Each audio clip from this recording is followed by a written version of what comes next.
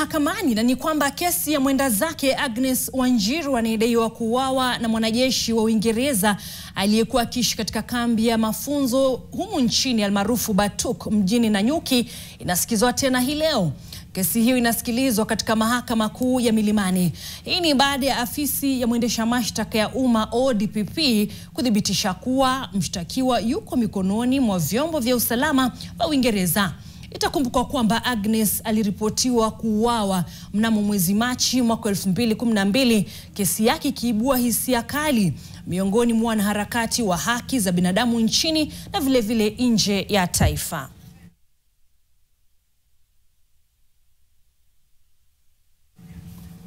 Na mtazamaji, kwa hayo basi hebu tuungane na mwanahabari wetu Victor Ngaruya upande wa pili wa studio ambaye anaifuatilia kesi hiyo atueleze zaidi kinachotarajiwa mahakamani.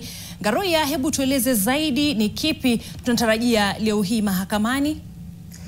Bila shaka Wakesho, ni kesi ambayo inaendelea kusikizwa pale katika mahakama kuu ya Milimani mbele ya jaji Alexander Moteti, na hii inafuatia mkurugenzi wa mashtaka ya umma ODPP kuthibitisha na kuwasilisha kuwa tayari mshukiwa mkuu katika kesi hii ambaye ni Robert James Purkis yuko mikononi mwa vyombo vya usalama. Pia tarehe 3 Disemba mwaka huu kulikuwa na kikao cha mahakama pale Uingereza ambako kulikuwa kubainike ni vipi mshukiwa huyu ataweza kuletwa nchini ili hatua ambazo zinahitajika kuchukuliwa zichukuliwa. Wakesho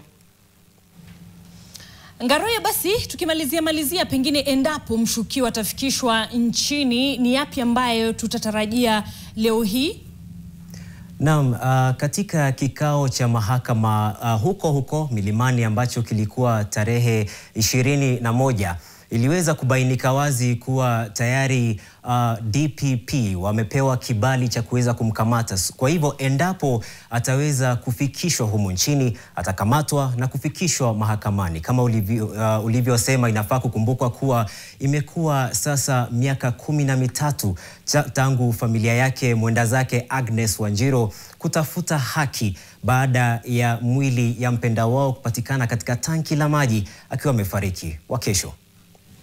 Asante sana Victor Ngaruya, kazi kuntu kabisa. Wacha tukuruhusu basi uelekee pale mahakamani kuifuatilia kwa karibu taarifa hiyo kwa madhumuni ya mtazamaji wetu hapo baadaye kidogo mtazamaji, lakini cha msingi ni kwamba ni taarifa ambayo kila mmoja anaifuatilia kwa karibu kuona iwapo japo ni kesi ambayo imechukua muda mrefu, je, hatimaye ile subira itakuwa ni yenye kuvutia heri na basi haki ipatikane kwa familia ya mwenda zake Agnes Wanjiru.